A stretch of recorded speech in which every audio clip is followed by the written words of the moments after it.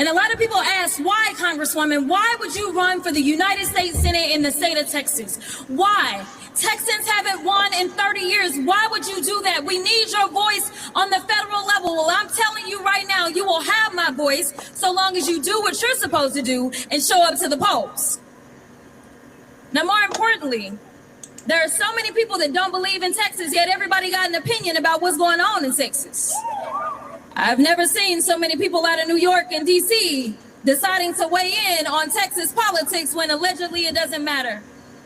I can tell you that Texas has always been at the epicenter of doing what is right until recent years. LBJ came from the state of Texas. LBJ signed the Voting Rights Act into law. LBJ signed the Civil Rights Act into law. Do you know where Roe v. Wade initiated? It initiated right there in Texas 30. That set the world on fire. Women finally were getting some semblance of equity in this country, and it was led by Texas. Do you know the last governor that we had that was a Democrat in the state of Texas? Ann Richards. That's right. So let me tell you something. Texas has a rich history of doing what's right. Unfortunately, under the leadership of the Republicans, we have only seen our state go down and down and down. And so in this moment where people are saying, well, how can the president do this? And how can the president do that? It requires all of us to do more. It requires all of us to ask, what is our purpose in this moment? Because some people keep looking for leaders to save them. I'm here to tell you that nobody is coming to save you but yourselves. It is time for us to recognize that the power belongs to the people and that it never left us. They want to convince us that we're powerless or we should be hopeless or that we're helpless.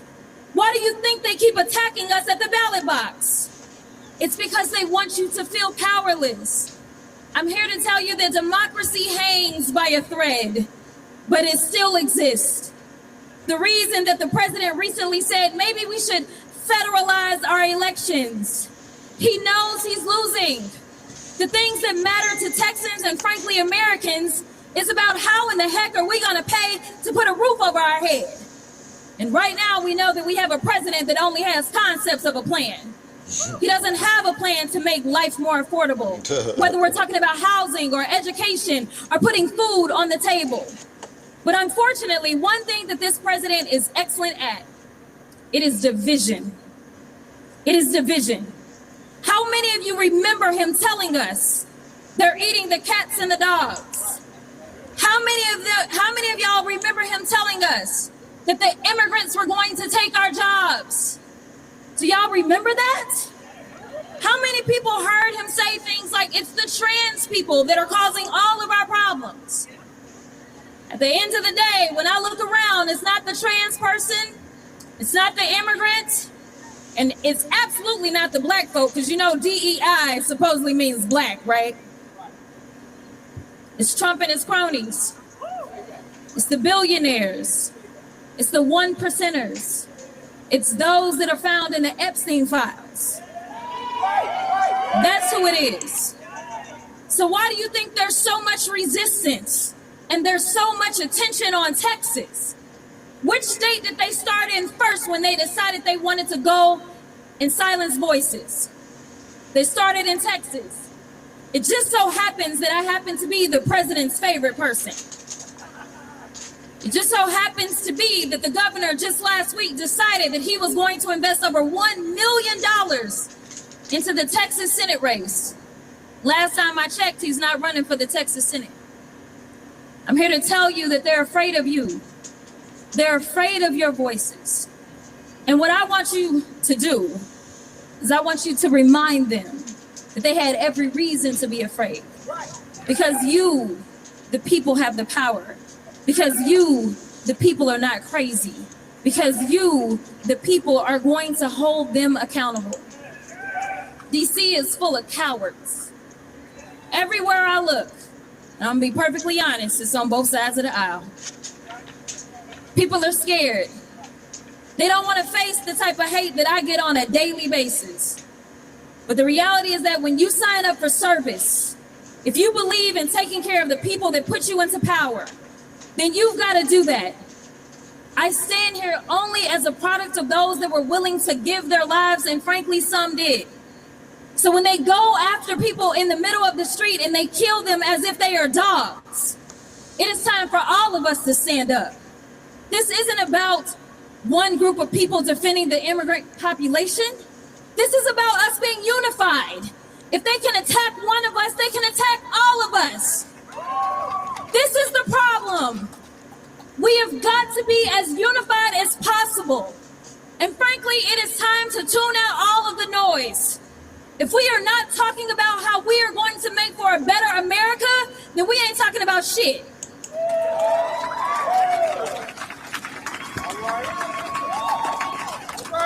Y'all, I am scared for our country. My pay doesn't change because I'm running for the U.S. Senate, but the power that I have to deliver for the people does. This is about delivering. I'm here to tell you that this minority state can make a difference, not just for Texas, but for the entire country. And if the United States finally gets back on track, that means that the world is in a better place. Do you know how many people are looking at us and wondering what is happening in our country? We are a laughingstock right now, y'all. Other countries have CEOs that are stepping down. We have princes that are being indicted. And in the United States, crickets. Nothing's happening. We have a president that says that the Epstein files are a hoax because his name is in there more times than I can count. We are better than this.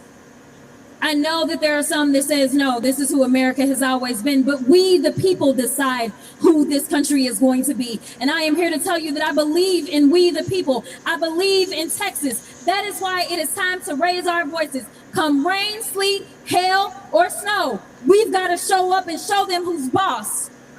We've got to tell them that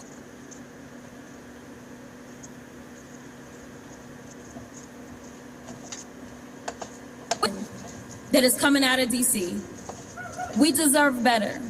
We can have better. We are going to have better. All we got to do is do our part. So God bless you all.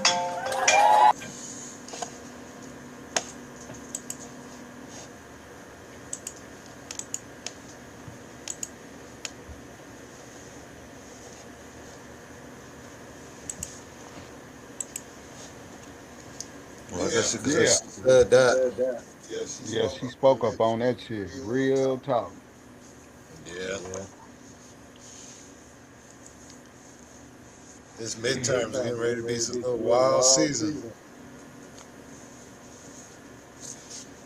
Yeah, we probably getting ready to see some of the real wild stuff. Wild, Wild West. All up in their vest, all up in their chest. Yeah, she's speaking, not violently, but the way she's talking is different all of a sudden.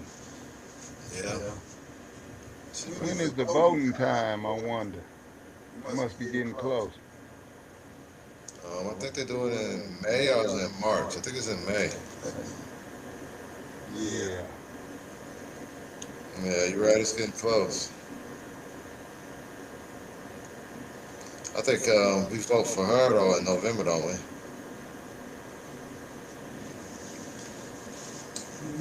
don't know how that's working out right now. I know they say every day different things are changing. Is they voting out, So it's dwindling. Then they try to put up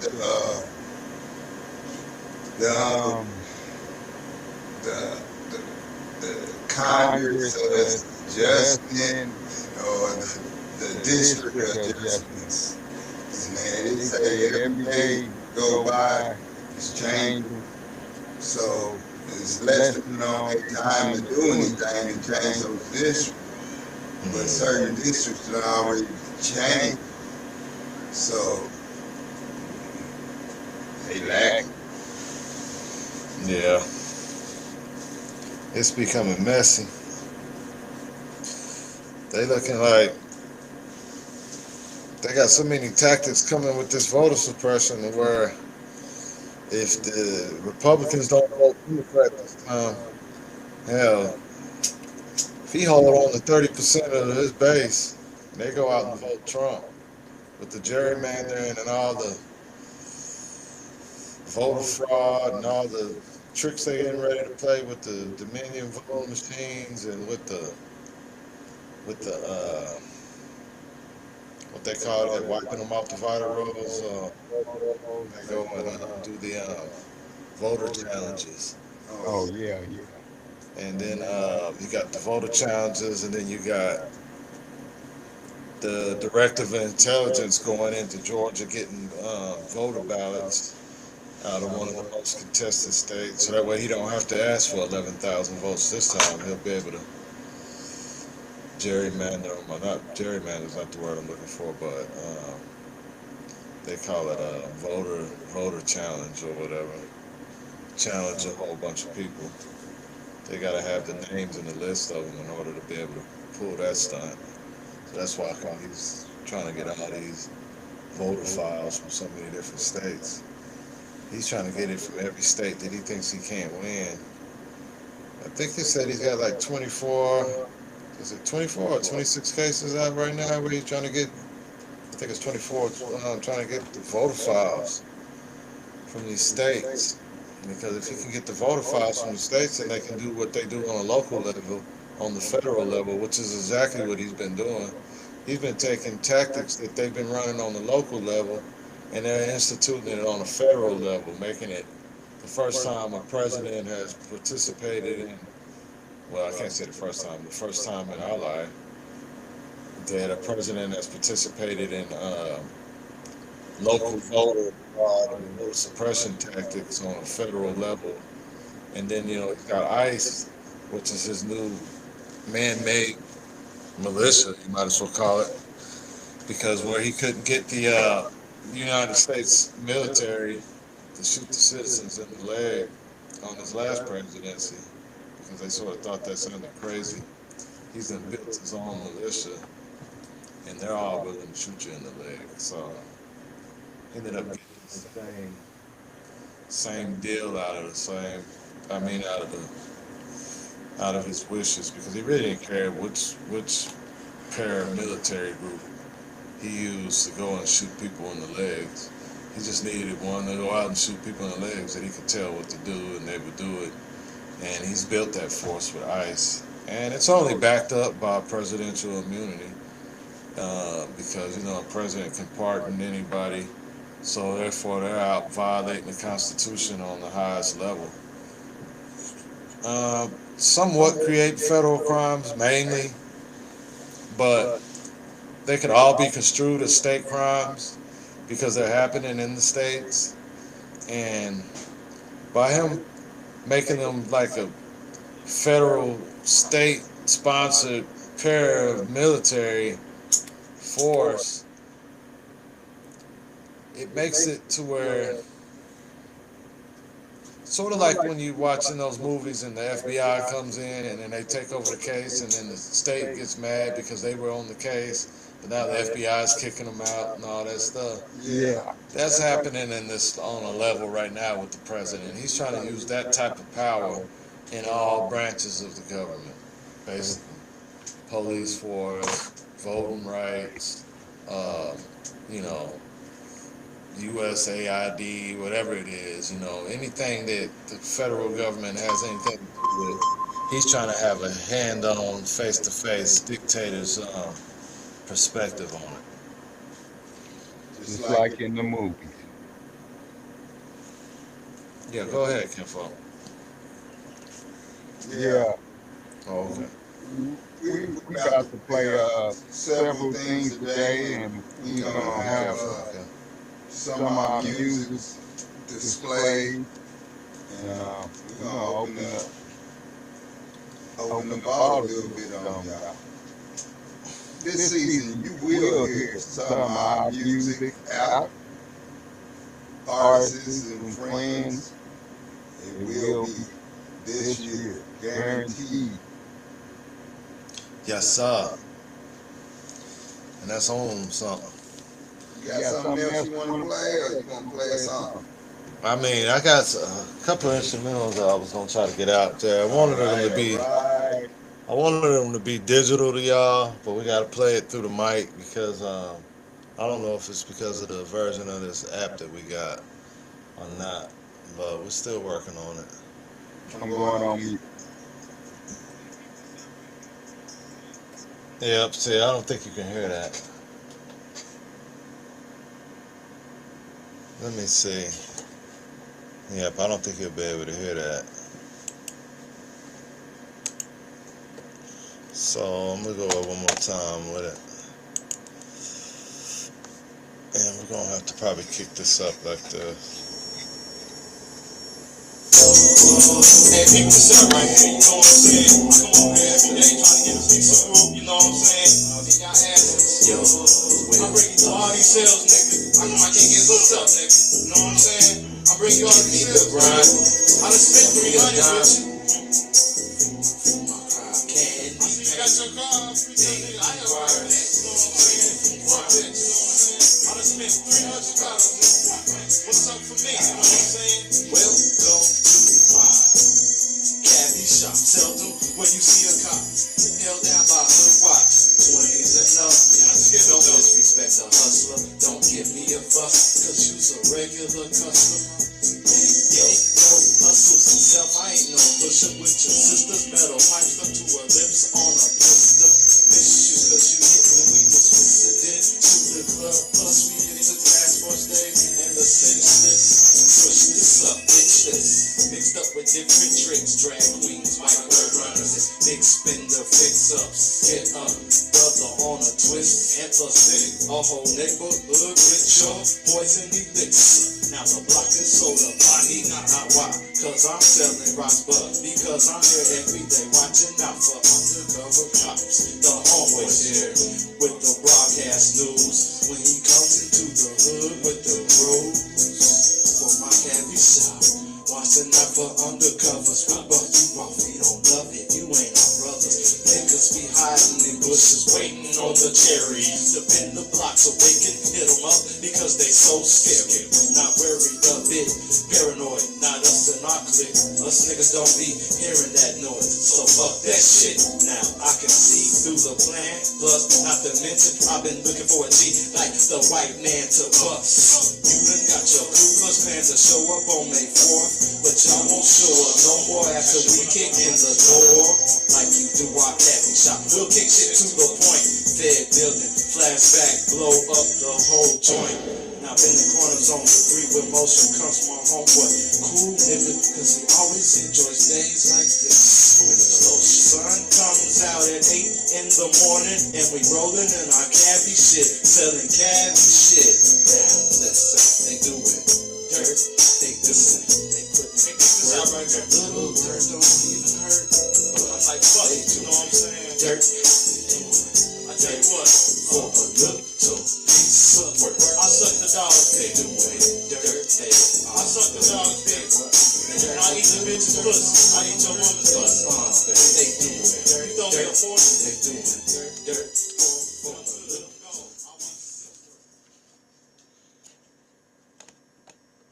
Little old school rap music. Little rap track for the past.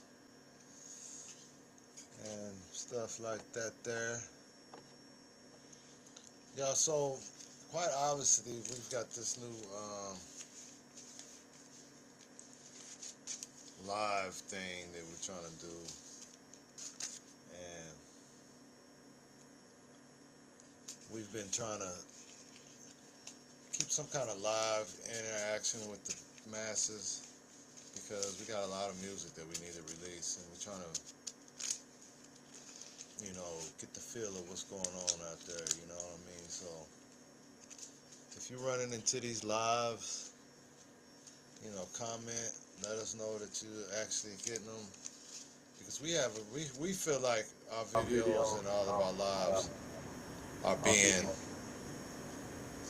what's the word I'm looking for, are being censored, and that y'all not getting them, and that they're stopping us from having quality broadcasting. Even though we've paid for some of these subscriptions and did stuff like that, even though, you know, we might be new to this and might, you know, be a little misconstrued on this and that. Most of this stuff is common sense, you know what I mean? If the mic is working and I plug the mic up into the mic jack that also takes an audio jack, then the audio should be working through the same jack. This is common sense. Either it's taken in or it's not, and that's just all there is to it. There's no sparsing. But we're recording like right now straight through the camera microphone, but we've got all the equipment to come, you know, like how it's supposed to be did, as you can see. But they're trying to make it to where, you know, it seems like we're amateur or whatever, but we're not going to get into it too big, because I think if you guys hear this right here, that's good enough for what we're trying to do right now, because we're just trying to get into the vein, because the vein is wide open. We see what's happening. We can explain to anybody that don't know what's happening what is happening, and then plus we've got other insights on what's happening, so we're trying to, you know, bombard y'all with all of it, but it's like a bottleneck, you know. It's like we got a whole bunch of information that's trying to get through a little bitty hole. So, you know, y'all got to bear with us, because we got a lot of material for y'all. Not to mention we're constantly coming up with material every day. It's actually insane.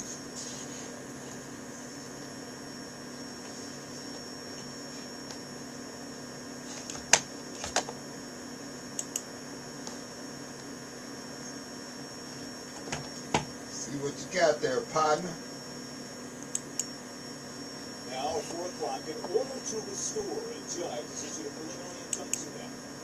Yeah, we will be breaking down some of these videos.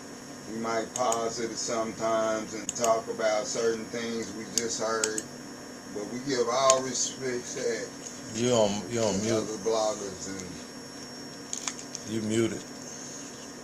mute. Yeah, your microphone is on mute. Is he muted now? Says it is. There you go. it is. All right. Yeah, we will be playing videos and every video that we just come across and information and stuff like that, and playing new tracks. This is beat news. Yeah, this is a fact, my man. I'm looking for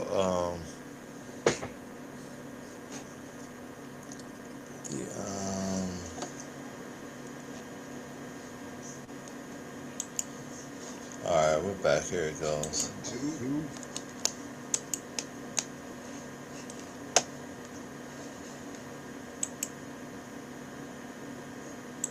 Now at 4 o'clock, in order to restore a judge is a preliminary injunction now, firing the Trump administration Boy, you coming all up with that some slavery stuff. exhibit at the President's House Yeah. site on Independence Mall. It is Monday afternoon. I'm Brian Taff. And I'm Tamala Edwards in for Sarah Bloomquist. The big story on Action News is that ruling today on the controversial removal of those panels at the President's House. A federal judge sided with the city of Philadelphia and advocacy groups who took the Trump administration to court over the exhibit's removal. Yeah, Action News reporter Taronda Thomas was right there when activists got word of that ruling today. She's live now at the site with more on the order today and reaction to it. Taronda. Brian, just a couple of weeks ago, across the street there in federal court, a judge started hearing this case, which has brought a lot of protests from people who want to see the president's house restored. One of those protests is happening right now. A group of young people gathering at that site, which you can see has been stripped of the panels that were once there. Today, the judge sided with organizations like this one protesting and the city of Philadelphia, ordering that the president's house be restored. What started as a protest ended as a celebration. I have great news. We just won in federal court. A crowd of people gathered to demand the president's house be restored to reflect the stories of enslaved people kept by George Washington, and a federal district court judge agreed. The fact that the judge granted the preliminary injunction is a tremendous victory. When I say tremendous, that's actually an understatement. It's historic. The judge ordered that panels with stories of the enslaved be put back on the walls, and that the president's house be restored to the way it looked before January 22nd. That's the day the panels were taken down after an executive order from the Trump administration. The city of Philadelphia filed a lawsuit saying the government had no right to take down the panels because of a cooperative agreement between the government and the city. Lawyers for the Trump administration argued that cooperative agreement expired in 2010, but the judge says a survival clause in the agreement makes certain parts of it still valid. Her 40-page decision also adds that the federal government cannot take any further action to damage the panels or change anything else at the site. The judge made her decision after visiting the site. Once she saw the panels, once she came to the site, I was confident she was going to do the right thing. Avenging the Ancestors Coalition joined in the city's lawsuit, which stated that removing the panels would cause irreparable harm. The judge noted that the city of Philadelphia contributed millions of dollars to building the president's house, and that removing the stories of slavery means, quote, the city of Philadelphia is deprived of the ability to honestly and accurately tell the story of its own history. That history soon to be restored by the judge's decision. Better than fighting the good fight is winning the good fight. And today we won. Now, the judge did have some strong words in her decision. She said, quote, each person who visits the president's house and does not learn of the realities of founding era slavery receives a false account of this country's history. Now, the federal government could still appeal the judge's decision. I did reach out to the Department of the Interior. I so far have not heard back from them on a response to the judge's decision. I did hear from the office of Mayor Sherrell Parker. She and her senior staff members are currently reviewing the court's decision, and we should have a statement from her shortly. We are live on Independence Mall. Taronda Thomas, Channel 6 Action News. Yeah, the judge did not mince words in that ruling. It's quite something to read. Taronda, thank you.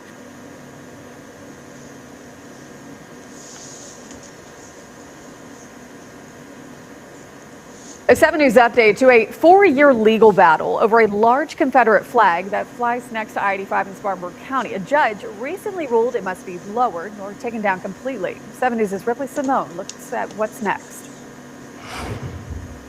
After years of controversy, the 30-foot-long Confederate flag that flew 120 feet in the air is no longer up, but that could still change. Back in 2022, the Adam Washington Ballinger Camp, a local group from the Sons of Confederate Veterans, built the 120-foot flagpole that sits on T-Berry Road overlooking I-85. But over the past 4 years, various legal battles between the group and Spartanburg County have led to the flag's removal. In October 2022, Spartanburg County cited the group, saying they did not get the required permit for local zoning rules. I'm gonna leave and go get us this jack here in a The camp minute. appealed the violation to the County Board of Zoning Appeals, and the board sided with the camp, canceling that violation. The next year in February, the County Circuit Court ruled against the zoning board, putting the flagpole in violation again. In May, the camp appealed again, but to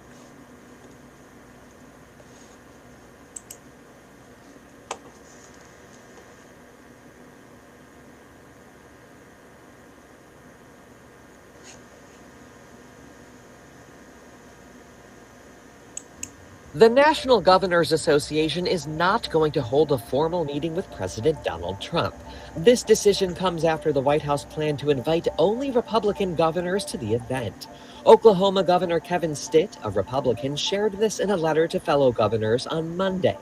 The NGA's mission is to represent governors from all 50 states and 5 territories, so the association will no longer facilitate the event. The governors group is one of the few remaining venues where political leaders from both major parties gather to discuss the top issues facing their communities. Signs of partisan tensions emerged at the White House meeting last year when Trump and Maine's then Governor Janet Mills traded barbs. You better comply, because otherwise you're not getting any federal funding. Every state, good, I'll see you in court. I look forward to that. That should be a real easy one. The NGA is scheduled to meet in Washington from February 19th to the 21st. The National Governors Association is not going to hold a formal meeting with President Donald Trump.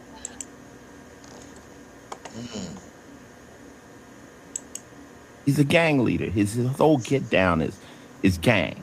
If the first thing I say to you as we go into business, I need you guys loyalty over everything. Loyalty is the first thing gangsters ask for, loyalty over everything. The second thing is he said he could shoot somebody on Fifth Avenue and his people gonna ride with him. Then he said, can I pardon myself? I mean, like, yo, what are you doing, son? Like, you coming in. Real talk, real talk. Mm.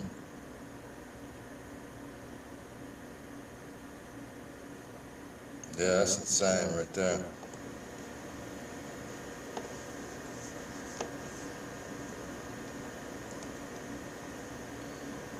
Yeah, that's insane.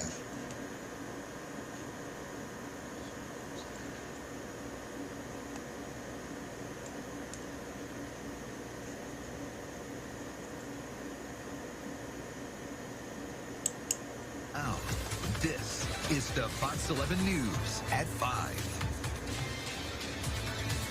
Submerged cars, flooded roads, downed trees from Ventura to Long Beach, the valley and the mountains. The first in a series of storms unleashing heavy rain, flash flooding, and havoc on the roads. Welcome to the Fox 11 News at 5, everyone. Simulcast on Fox 11 Plus. I'm Phil Schuman here for Christine Devine. Now, if you're looking outside, you know scattered showers still out there right now. Hey. A flood watch is in effect until midnight. Earlier today, widespread street flooding across the San Fernando Valley. This is North Hollywood, for example. Stalled vehicles submerged in water as a metro bus plows through the flooded streets. A driver lost control. All right, y'all, we're going to pick up with y'all here in a minute, okay? Because like I said, they were going only about 40, we're told. But the car swayed and they apparently did not apply the brakes. It overturned. Luckily, we're told no one was seriously injured there. Heavy rain also flooding stores on trendy Melrose Avenue.